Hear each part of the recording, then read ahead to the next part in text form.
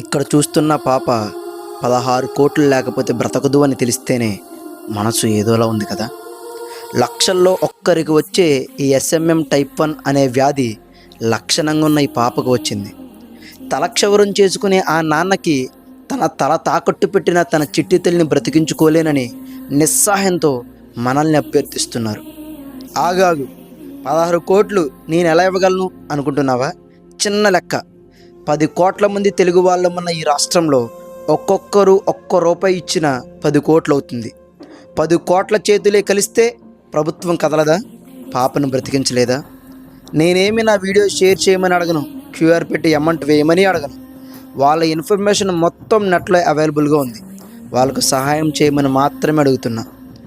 ఆ పసిపాపపై కర్కశంగా యుద్ధాన్ని ప్రకటించిన ఆ SMM టైప్ 1 వ్యాధిపై యుద్ధం చేద్దాం.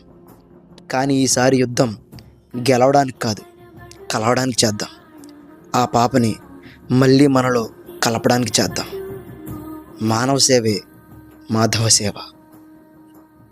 మనసే తడిసేలా కురిసేలా చిరుజల్లా